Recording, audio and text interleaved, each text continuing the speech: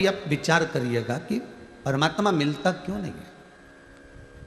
जब हम इतनी ऊंची चढ़ाई कर कर वहां तक पहुंचे हैं, जब हम इतना चलकर उसके दरवाजे तक पहुंचे हैं, तो फिर शंकर को मिलने में देरी क्यों?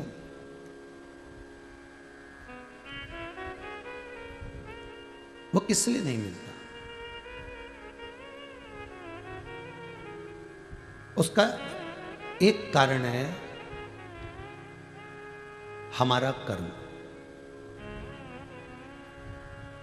हम पूर्व में जो कर्म कर कर आए हैं, उस कर्म के अनुसार हमें परमात्मा का साक्षीकरण नहीं हो पाता, हमें उसका दर्शन, हमें उसको दीदार नहीं हो पाता, हम उसको देख नहीं पाते, हम उसका स्मरण नहीं कर पाते।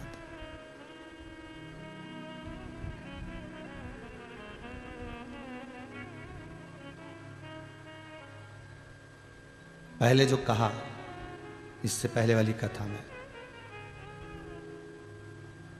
कि मंदिर जाने से, तीर्थ जाने से, कथा में जाने से या कथा को श्रवण करने से व्यक्ति का पूर्व में किया हुआ जो कर्म है वो थोड़ा थोड़ा भजन करने से, स्मरण करने से, नाम जाप करने से वो कट जाता है। जो पूर्व का बेकार कर्म है वो केवल भजन से कटेगा।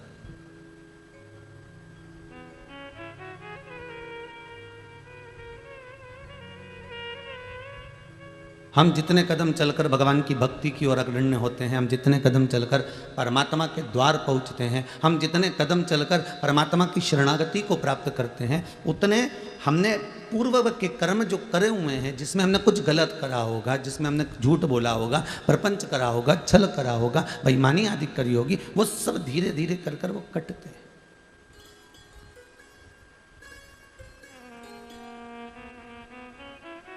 मत बुरे कर्म कर बंदे वरना पछताएगा, भगवान की आंखों से तू बच नहीं पाएगा, तू बच नहीं पाएगा।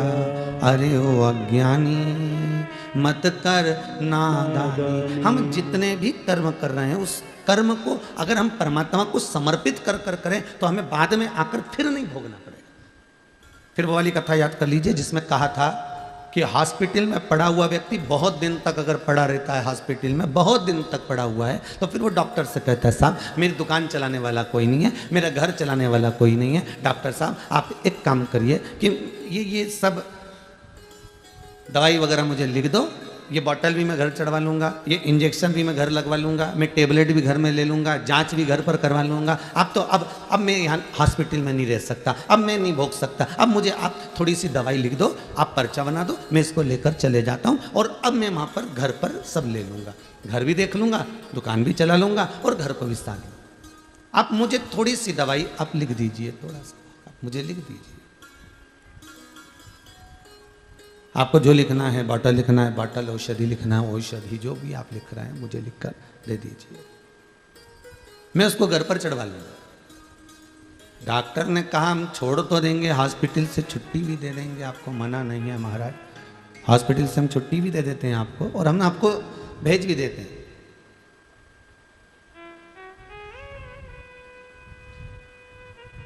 मना नहीं है, पर इतनी बीमारी के बाद में आप एकदम जाकर दुकान मत बैठ जाना, नहीं बैठूंगा, आप तो दो। इतनी बीमारी के बाद एकदम बाजार मत घूमना हो, हाँ आप तो बस दवाई लिख दो, बॉटल लिख दो, इंजेक्शन लिख दो, मैं ले लूँगा। और वो लेकर आ गया, दवाई भी ले रहा है, बॉटल भी चढ़वा रहा है, इंजेक्शन भी ले रहा है। ये पूर्व में कथा में हम कह चुके हैं, आज स्मरण आया है इसलिए वापिस उसको लिया है। अब घर पर आकर अपने दवाई गोली ली, इंजेक्शन लगवाया, बॉटल चढ़वाई, अब घर पर ट्रीटमेंट ले रहे हो तो ठीक हो रहा है।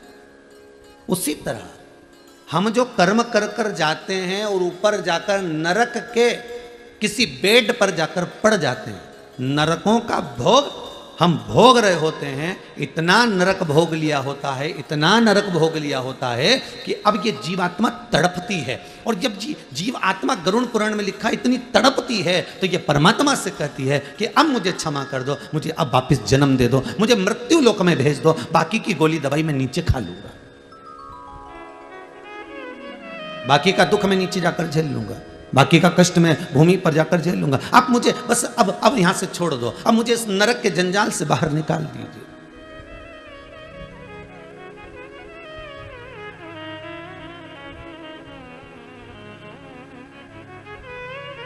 और इस नरक से मुझे जब आप बाहर निकाल देंगे, इस नरक से आप मुझे जब छोड़ देंगे, मैं मृत्यु लोक में जाकर जो थोड़ी बहुत ट्रीटमेंट है, थोड़ी बहुत दवाई, थोड़ी बहुत बोतल, थोड़े बहुत इंजेक्शन लेते रहूंगा। तो यहाँ मृत्यु लोक में कई लोग कहते हैं महाराज जी ये तो बताओ कि हमने पूर्व में कौन सा कर्म किया जो आज आकर हम भोगना है। ये भोग क्यों रहे? क्योंकि ऊपर नहीं भोग पाए पूरा, तो नीचे आकर भोगना पड़ रहा है। वहां से हाथ पैर जोड़ के तुम छुट्टी करा के लिया है क्या? हमें अब हॉस्पिटल में नहीं रहना, हमारी तो छुट्टी करो, हम तो नीचे जाके बोतल चढ़वा लेंगे, हम तो नीचे जाके इंजेक्शन ले लेंगे, हम नीचे जाके ट्रीटमेंट सब करवा लेंगे। पर आप हमें छोड़ो। भगवान ने भी कह दिया जैसे हॉस्पिटल छुट्टी करा कर ले आते हो, ठीक नहीं हुए तो भी छुट्टी करा कर लिया, उस नरक से भी जीव त्राही त्राही करता है, बहुत रोता है, बिलखता है, चरणों में पड़ जाता है, विनती करता है कि मुझे इस जंजाल से मुक्त कर दो। और भगवान उसको मुक्त कर कर भेज भी देता है। तो भगवान कहता है दवाई तो लेना पड़ेगी ना, तो कि नीचे जाकर ले लूंगा। तो ये जो हमें दुख मिलता है, ये तकलीफ आती है, जो कष्ट मिल रहा है, जो बीमारियां आ रही हैं, जो तकलीफें आती हैं, ये हमारा पूर्व का कर्म का भोग हमको मृत्यु लोक में जाकर भोगना पड़ता है। कोई दूसरा नहीं भोगेगा। बार बार आपको कथा में कहा, आपकी कमाई का भोग पत्नी भी भोगेगी, आपकी कमाई का भोग आपके बच्चे भी भोगेंगे, आपकी कमाई का भोग आपकी बहू भी भोगेगी, आपकी कमाई का भोग आपके पोता पोती भी भोगेंगे, आपकी कमाई का भोग आपकी बेटी भी भोगेगी, आपकी कमाई का भोग आपका जमाई भी भोगेगा, आपकी कमाई का भोग आपके नाती पंती भी भोगेंगे, आपकी कमाई का भोग आपके भाई बंधु कुटुंब वाले भी भोगेंगे। पर कर्म का भोग तुझे अकेले ही भोगना है। जैसा कर्म करोगे उसके अनुसार तुम्हें भोगना है। झूठ तुमने बोला, छल तुमने करा, बेईमानी तुमने करी, प्रपंच तुमने करा, जो कुछ भी करा तुमने करा, तो भोगना भी तुम्हें अकेले को है। भोग सब भोगेंगे पर कर्म का भोग कोई नहीं भोगेगा। कर्म का तो अकेले भोगना है। ऐसा अकेले कोई नहीं होगा, केवल शंभु और तुम, शंकर और तुम, कौन होगा? और वो बोलते जाएगा ये कर्म तुमने करा है, इसका भोगना पड़ेगा। पर कभी कभी कोई जीव ऐसा उत्पन्न हो जाता है जो कर्म के भोग के साथ में भी परमात्मा का भजन कराकर जीवन तार देता है, जीवन सार्थक।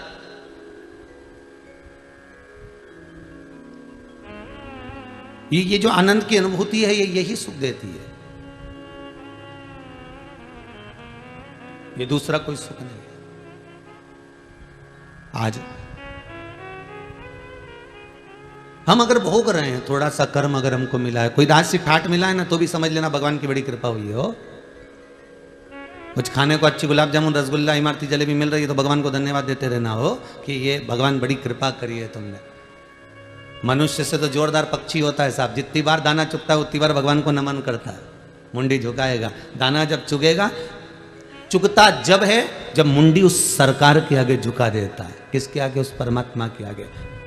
मनुष्य से अच्छा तो पक्षी है जो जब जब दाना चुगता है, चुगने से पहले अपनी मुंडी को झुकाता है कि परमात्मा तुझे धन्यवाद है जो मुझे खाने के लिए एक दाना तो दिया है तुमने, एक दाना मुझे दिया। वो पक्षी बार बार जितनी बार दाना उठाता है उतनी बार मुंडी झुकाता है, अपनी गर्दन को, अपने मुख को, अपने शीश को वो झुका देता है। उस दाने को उठाने के लिए नहीं झुकाता, वो परमात्मा को धन्यवाद देने के लिए झुकाता है कि तेरी कृपा से मुझे ये दाना खाने को मिल रहा है। अब ये तो पक्षी हुआ कि जब जब खाता है तब तब वो अपनी चोंच को, अपनी मुंडी को, अपने गले को, अपने शीश को बार बार झुका रहा है, परमात्मा को बार बार धन्यवाद दे रहा है। वो परमात्मा के आगे मस्तक को बार बार झुका रहा है, बार बार प्रणाम कर रहा है कि तेरे बल पर मुझे एक दाना खाने को मिला, तेरे बल पर मुझे ये दाना खाने को मिल रहा। जितनी बार पक्षी शीश झुकाता है उतनी बार मेरे बाबा विश्वनाथ को, मेरे शंभू को, मेरे ओघड़ी को, मेरे त्रिकालदर्शी, मेरे कैलाशी, मेरे अविनाशी, मेरे कुबेर भंडारी को बार बार धन्यवाद देता है। और एक इंसान दिन भर खाता है पर धन्यवाद देने का टाइम 2 समय बना रखा है। हम 2 अगरबत्ती सुबह लगा देते हैं, शाम को दिया लगा देते हैं, उतनी देर में भगवान का कोटा पूरा कर देते हैं। मतलब भगवान को भी काम के रूप में यूज कर रहा है।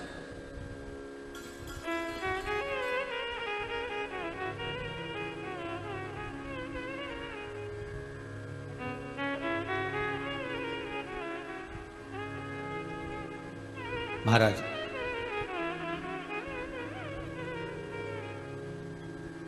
केवल मंदिर जाने पर परमात्मा कभी नहीं मिला रे बाबू। पोथी पढ़ पढ़ जगमुआ पंडित भयो ना कोई, 2.5 अक्षर प्रेम का पढ़े सो पंडित हो। वो 2.5 अक्षर है कौन सा?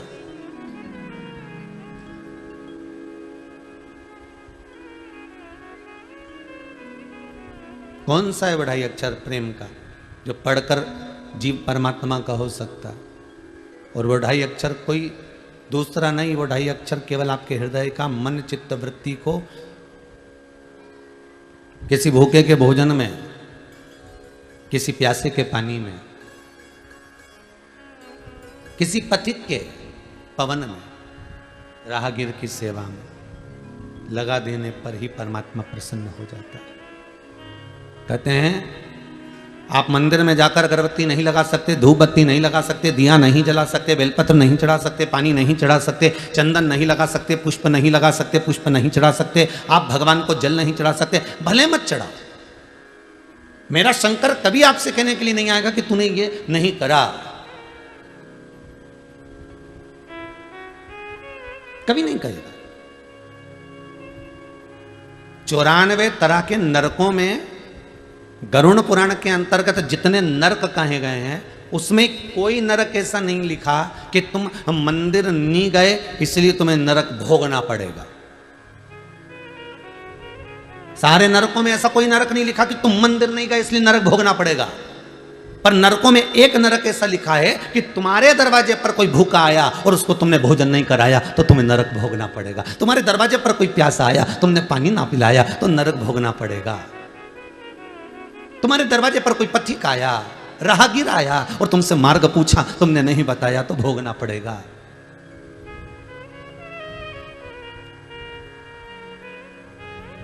तुम्हारे दरवाजे पर गौ माता आई, एक रोटी ना दे पाए, दरवाजे पर रात भर कुत्ता भोंकता रहा, तुम्हारी चौकीदारी करता रहा क्योंकि उसको एक रोटी इस दरवाजे से मिलती थी और वो नहीं दे पाए तो नरक भोगना पड़ेगा।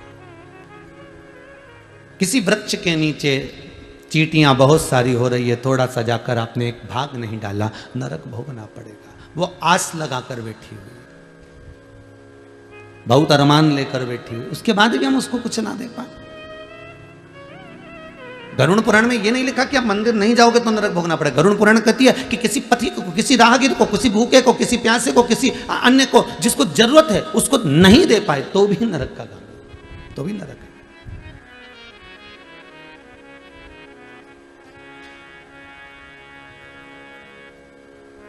और वो कहते हैं ना, स्वयं खा लेना सुकृति है, छुड़ाकर खा लेना विकृति है, पर बांट कर खाना ये मेरी भारत देश की संस्कृति है। यही भारत भूमि की संस्कृति है। बड़ा भाई ताने पर ताना दे दे, गाली पर गाली दे दे, अपशब्द पर अपशब्द कह दे। छोटा भाई ताने पर ताना दे दे, अपशब्द पर अपशब्द कह दे, गाली पर गाली दे दे। देवरानी कितनी भी गाली दे, जेठानी कितनी भी गाली दे, ननंद कितनी भी गाली दे, सास कितनी भी गाली दे, अपशब्दों पर अपशब्द कह रही हो, वाणी पर वाणी कह रही हो, गाली पर गाली दे रही हो, पर फिर भी आपकी चेष्टा, आपकी एकाग्रता, आपकी चित्तवृत्ति, आपका मन, सास गाली दे रही है बहू को, वो दे। बहू अगर कुछ कह रही है उसकी मर्जी, वो कहे, मना नहीं, पर निवेदन इतना है, उसके कर्म, उसके कर्मों का भोग उसको भोगना ही है, भोगना ही पड़ेगा। कितना सुंदर लिखा है महाराज। एक संत से, एक गुरु से पूछा गया कि एक कुत्ते ने पूछा एक गुरु के पास जाकर, गुरुदेव मेरी वाणी को आप समझने का प्रयास करिएगा। गुरु बहुत जल्दी समझ जाता है, गुरु गुरु होता है, सदगुरु सदगुरु। सदगुरु के सामने कहा भी नहीं जाता, वो अपनी दृष्टि से देखकर समझ जाता है। गुरुदेव मेरी वाणी को थोड़ा समझिएगा। गुरुजी बोले, बोल क्या बात है। मैं राह में बैठा हुआ था, एक व्यक्ति दौड़ कर आया, मुझ में लात मारकर चला गया। मेरी गलती क्या थी वो बताइए। कभी कभी आपके साथ में भी हुआ होगा, कुत्ता बीच में बैठा होगा या कुत्ते का बच्चा बीच में बैठा होगा और आप जाते जाते उसको लात मार दिए हैं, आप जाते जाते उसको कुछ कर दिए हैं और उसको डंडे से मार दिया, पत्थर मार दिया, लात मार दिया, मान लो आपने कुछ कर दिया है उसके लिए। तो वो कुत्ता गुरु से पूछ रहा है मैंने गलती क्या करी है वो बता। तो कुत्ता कहता है कि मेरी गलती गिनाई जाए। तो गुरु कहते हैं गलती तेरी इस जन्म की नहीं है, हमको लगता है कि हम मनुष्य की देह धारण करें, इसलिए हमको दुख ज्यादा भोगना पड़ रहा।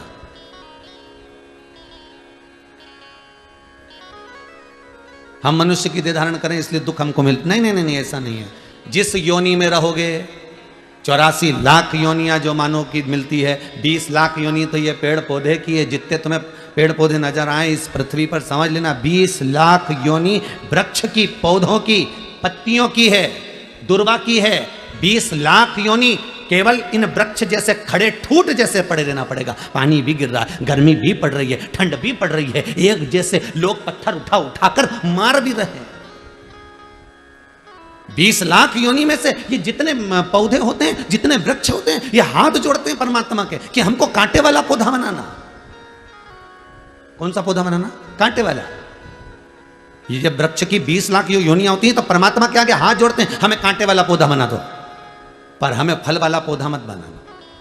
वृक्ष कहते हैं हमें फल वाला पौधा मत बनाना, हमें आम का पेड़ मत बनाना, हमें बेर का पेड़ मत बनाना, हमें इमली का पेड़ मत बनाना, जिसमें फल लगते हो, सेतूत लगते हो, जिसमें खजूरें लगते हो, ऐसा पौधा हमें मत बनाना। हमको तो तुम कांटे वाला बना दो, बेकार बना दो, पर हमें फल वाला पौधा मत बनाना। 20 लाख योनियों में से 20 लाख योनि के जब वृक्ष की योनि बनती है तो ये निवेदन करते हैं। तो पूछा इनसे, तुम क्यों नहीं बनना चाहते आम का पौधा? तुम क्यों नहीं बनना चाहते इमली का पौधा? तुम क्यों नहीं बनना चाहते यहाँ पर खजूर का पौधा? क्यों नहीं बनना चाहते तुम जामुन का पौधा?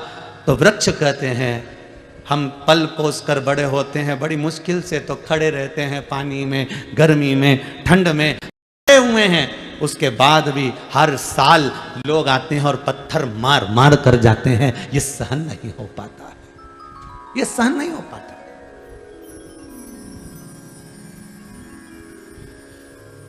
आप में से जितने लोग कथा सुन रहे हैं आस्था चैनल पर, पूरे विश्व में जितने लोग मोबाइल पर कथा सुन रहे हैं, फेसबुक और यूट्यूब पर, इनसे निवेदन करूंगा, यदि आपने अपने घर में, परिवार में, कुटुंब में, कबीले में, रिश्तों में, नातों में कहीं ना कहीं गरुड़ पुराण की कथा सुनी होगी तो उसमें पंडित जी ने बताया होगा कि आम का पेड़, जामुन का वृक्ष, खजूरे का वृक्ष, फलदार वृक्ष कब बनता है व्यक्ति?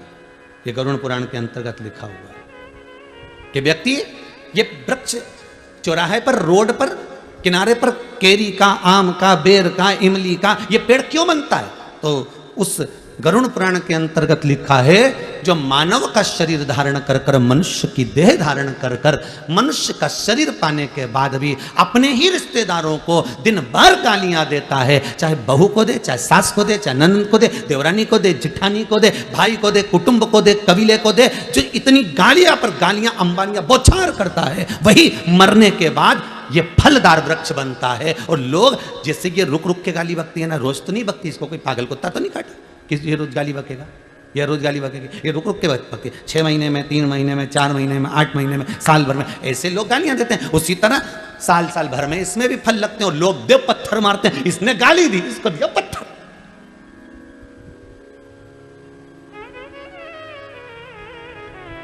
ना सास समझ पाती है कि मैं बहू को गाली ना दूं, ना बहू समझ पाती है कि मैं सास को ताने ना दूं। दोनों अगर ये समझ जाए ना, यीशु महापुराण के पहले दिन की कथा ही समझ गए नहीं तो समझ लो जिंदगी सवर गई। कि हमने गाली दी और बेर का पेड़ बने और लोगों ने पत्थर दिया और एक बार में काम नहीं चलेगा, कितने समय तक ठूट जैसे बड़े बड़े। हमने अपशब्द किया, बस वो विक्रम और बेताल की कथा याद कर लो, तू बोला और मैं चला, उतने में समझ जा। हमने किसी को अपशब्द कहा, हमने किसी को ताना दिया, हमने किसी को गाली दी, हमने किसी के लिए अपशब्द कहा, बस समझ लेना इमली का पेड़ बनने वाले हो, बस बेर का पेड़ बनने वाले हो, केरी का पेड़ बनने वाले हो। और ऐसी जगह भगवान लगाएगा कि लोग पत्थर मार के जाएंगे और पत्थर खाए बगैर तुम मानने वाले नहीं हो, क्योंकि तुम्हारे मुख से अपशब्द इतने निकल गए, ताने इतने निकल गए, गालियां इतनी निकल गई कि संबोधन किससे? जैसे तुमने बौछार करी वैसे पत्थर की बौछार होती।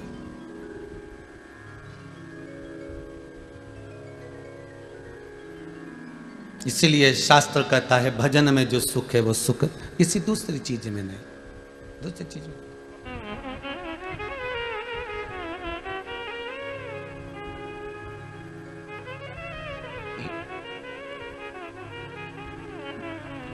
ये चंडीगढ़ के रमेश कुमार जी अगर कथा करवा रहे हैं,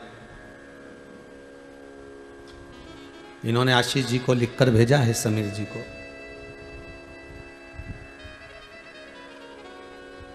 एक बेटा इनका मोहित गर्ग डॉक्टर है, वो कनाडा में है। दूसरा बेटा सीए है, रोहित, जो चंडीगढ़ में है। पूरा परिवार खूब ठाकुर जी की कृपा से पढ़ा लिखा, अव्वल आगे बढ़ने वाला।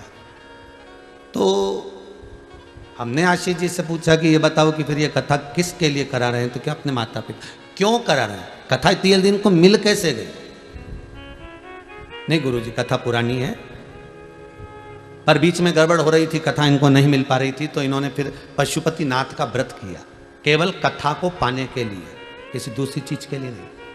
दुनिया के लोग पशुपति व्रत कर रहे होंगे कि बेटों के जॉब के लिए, नौकरी के लिए, सर्विस के लिए, धंधे के लिए, व्यापार के लिए, व्यवसाय के लिए, ये कार्य के लिए, वो कार्य के लिए। पर ये गर्ग जी, रमेश कुमार जी गर्ग चंडीगढ़ वाले, ये जो कथा, केवल कथा मिल जाए उसके लिए पशुपति व्रत कर रहे हैं।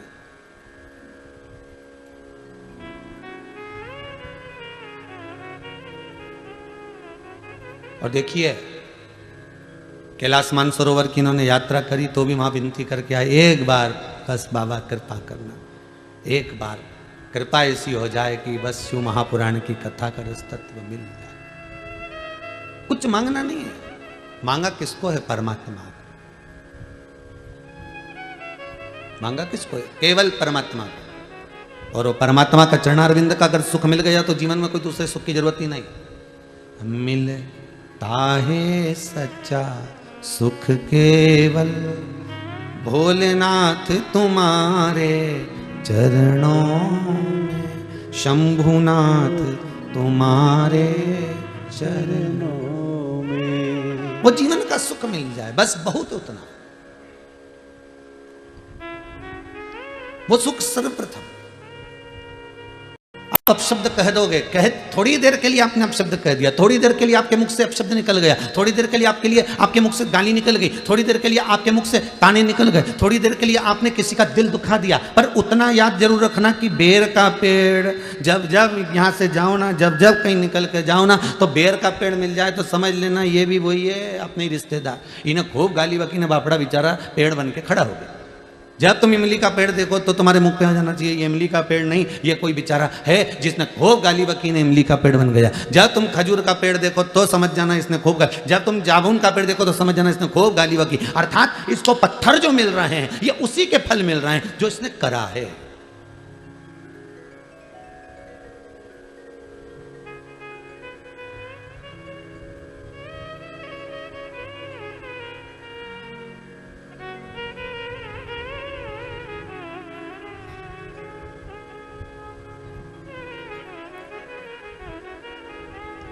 आज सुबह हम स्कंद पुराण पढ़ रहे थे थोड़ी सी, तो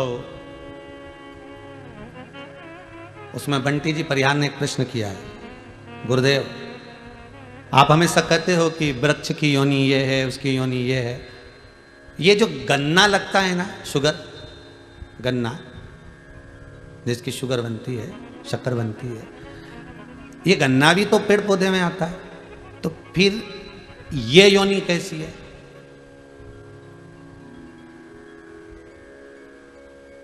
देखिए भैया, जितने लोग टीवी के सामने बैठो बड़ा ध्यान दीजिएगा कि गन्ने की भी तो योनि हुई ना, फिर ये योनि कैसी?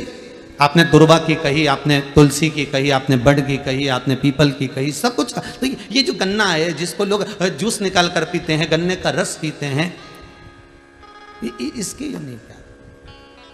इसका भी वर्णन मिलेगा भविष्य पुराण में, स्मरण करिएगा थोड़ा सा, जहां नरकों का कथन लिखा है उसमें आपको मिल जाएगा। ये जो गन्ना है ये कोई साधारण नहीं है, ये कौन सी योनि है? तो कहा जो व्यक्ति किसी साधारण व्यक्ति को, साधारण व्यक्ति को, कई लोग होते हैं भैया हमको जरा 1000 रुपए की जरूरत है, दोगे क्या? अब दोस्त है, बहुत प्रेमी, बहुत स्नेही, जरा 50,000 दोगे क्या? हमको जरूरत है। जरा 15,000 दोगे क्या? हमको जरूरत है। बस मैं लौटा दूंगा। और प्रेम में रिश्तेदारी बनाकर, नातेदारी बनाकर, कुटुंब बनाकर, अपना बनाकर, अपना प्रेमी बनाकर, अपने स्नेही बनाकर, अपने सगे बनकर, अपने प्रेम की वाणी में जोड़कर, इतने मीठे मीठे बोलकर, इतने मीठे बोलकर उससे थोड़ा थोड़ा पैसा निकाल लिया, चुरा लिया, ले लिया, अब लेकर रख तो लिया पर दे नहीं पा रहे हो। बस वही व्यक्ति की योनि जो 20 लाख योनि वृक्ष की है, उसमें गन्ने की योनि उसी की बनती है। जैसे तूने मीठा बनकर उससे निचोड़ा था, अपने पास रख लिया, तो भी मीठा बनकर ऐसे ही निचोड़ा जाएगा। और गन्ने को इतना मीठा बना दिया, इतना मीठा बना दिया कि वो गन्ने की रस वाले की दुकान पे गया ने उसको वो मशीन में फिर दिया गया ने सारा रस निचोड़ा गया, सारा रस निचोड़ लिया। अभी भी नहीं छोड़ा उसको, क्योंकि इसने उसको नहीं छोड़ा था तो इसको डबल से पलटाया। तुम देखना गन्ने का रस निकल लीजिए, इसके डबल से पलटाया, फिर दिया मशीन के अंदर और फिर दिया, फिर रस निचोड़ा। तो की बात तो जितने लोग गन्ने का गिलास ले लेके खड़े थे तो आप सोच रहे थे इसमें बचा ही नहीं कुछ भी, पर गन्ने के रस वाले का संबंध, इन्हें फिर पलटा, इन्हें फिर दिया धर के और फिर रस निकाला। अब की बार तो जितने लोग खड़े थे अभी इसमें तो रस ही नहीं बचा रहा, पूरा के पूरा ही निकाल लिया। परंतु गन्ना का रस वाला उसमें फिर 2-4 मरोड़ा, और अब की बार इसमें और मिर्ची लगे, क्योंकि इसने उसका धन खाया था इसलिए बीच में नींबू फंसा दिया। ले बीच में नींबू फंसाए और फिर दिया मशीन के अंदर, फिर रस निकला। अभी भी रह गया तो क्या भी रुक जा, पुदीना और डालू रुक, और फिर इसने निचोड़ा, फिर दमदारी से फिर उसको चोरबत्ती करी और फिर उसमें पुदीना डाल दिया, ले फिर दिया धर धर के, कहीं नहीं बचा। ऐसा हो गया बेचारा, छिलका छिलका अलग अलग हो गया। फिर उठा के उसने ठेले के,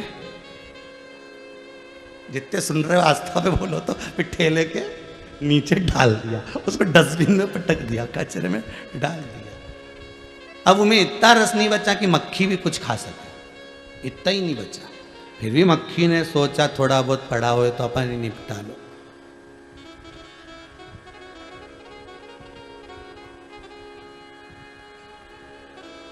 अब कहा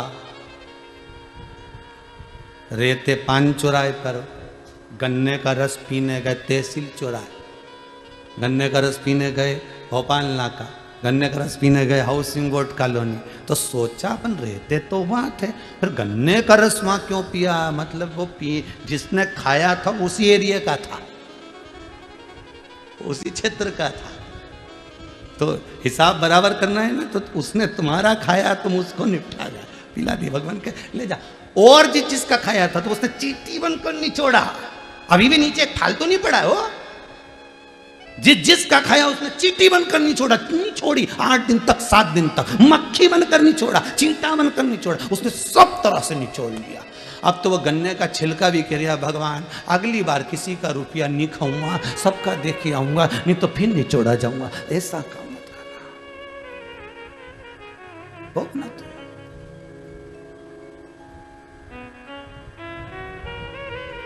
मान लो किसी का ले भी लिया है तो हाथ जोड़कर कहना साहब, तो शंकर से कहना, शंभो से कहना, मेरे ओ घड़ी मेरे विश्वनाथ मेरे शंभो से कहना, मरना मारना है, मेरे को मरना है, प्राण छूटना है, संसार में जो आया है वो मरेगा, पर निवेदन इतना सा है जब तक मैं किसी का चुका ना दूं तब तक उठाना मती नाथ, मेरे को गन्ना नहीं बनना है।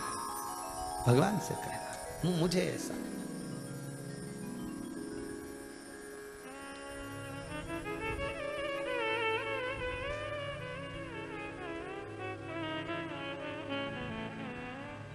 हमारे कर्म का भोग हमको भोगना है महाराज, कोई दूसरा नहीं भोगेगा, कोई दूसरा नहीं, पत्नी नहीं भोगेगी, बच्चे नहीं भोगेंगे, कोई नहीं भोगेगा, भोगना आपको है। ऐसा कर्म करते चलना जिंदगी में जिसमें सुख का अनुभव हो आपको, ये दिल, ये हृदय, ये चित्त, ये वृत्ति बड़ी आनंदित हो आपकी, आपको बड़ा सुकून मिले, आपको बड़ा आनंद मिले, ऐसी जिंदगी जीना, ऐसा जीवन। संत जो होते हैं ना, साधु जो होते हैं ना, गुरुजन जो होते हैं, जो सत्य के गुरु हैं, जो सत्य के साधु हैं, जो सत्य के तपस्वी के भाव का आनंद ले रहे हैं,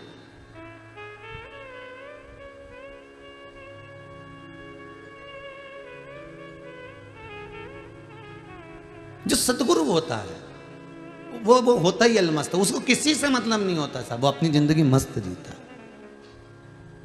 इसलिए गुरुजन कहते हैं भगवान के चरणारविंद के रसास्वादन के बिना कोई सुख नहीं है, भगवान की कथा के बिना कोई आनंद नहीं है, भगवान के चरणारविंद के बिना कोई रसास्वादन नहीं है। दुनिया का सर्वाधिक सुख की अनुभूति अगर कहीं होती है तो वो परमात्मा के चरण के, इसके सिवा क्या। मिलता है सच्चा सुख केवल भोलेनाथ तुम्हारे चरणों में, शंभुनाथ तुम्हारे चरणों में। यह विनती है पल पल छिन छिन रहे ध्यान तुम्हारे चरणों में, रहे ध्यान तुम्हारे चरणों।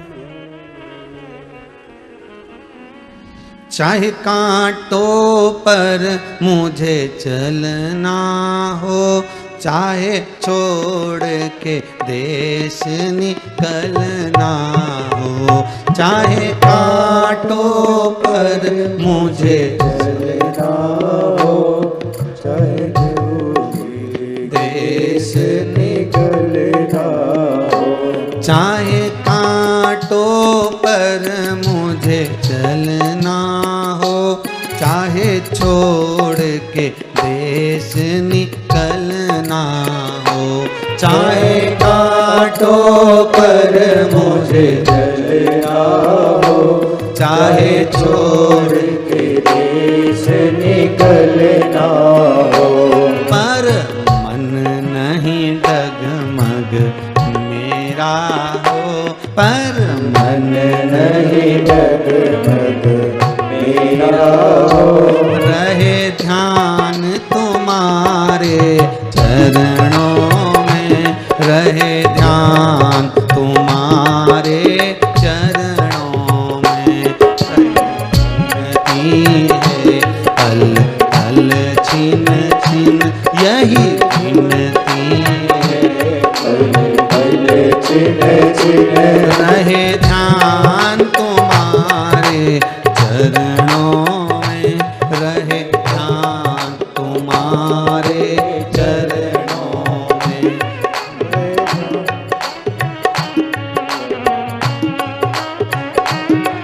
रहो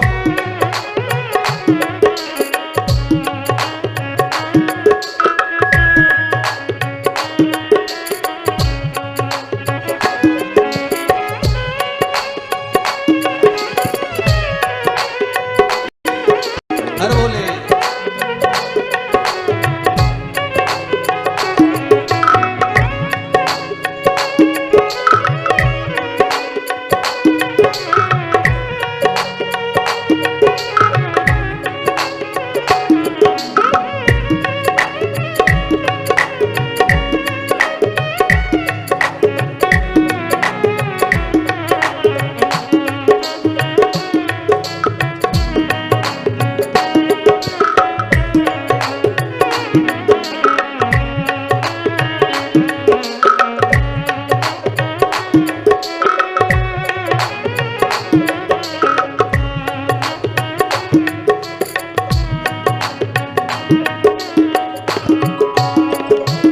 चाहे चारों ओर अंधेरा हो, चाहे मौत ने मुझको घेरा हो, चाहे चारों ओर अंधेरा हो, चाहे मौत ने मुझको घेरा हो, चाहे चारों ओर अंधेरा हो, चाहे मौत ने मुझको घेरा हो, चाहे चारों ओर अंधेरा हो, चाहे मौत ने मुझको घेरा हो।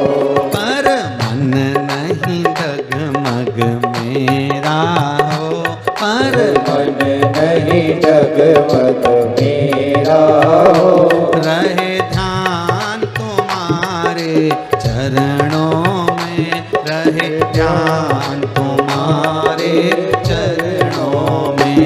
मिलता है सच्चा सुख केवल भगवान तुम्हारे चरणों में, भोलेनाथ तुम्हारे चरणों में, भोलेनाथ तुम्हारे चरणों में, शंभुनाथ तुम्हारे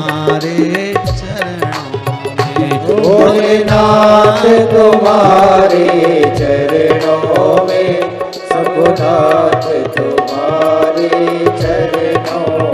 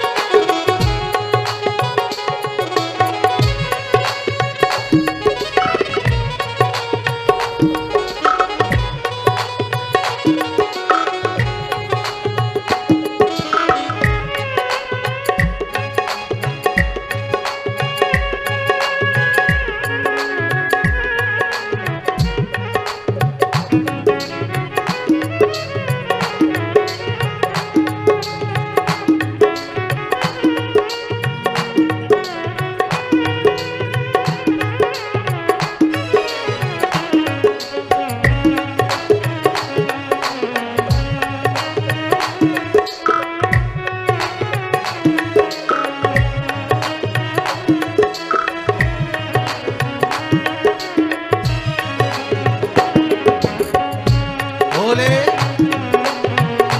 हर भोले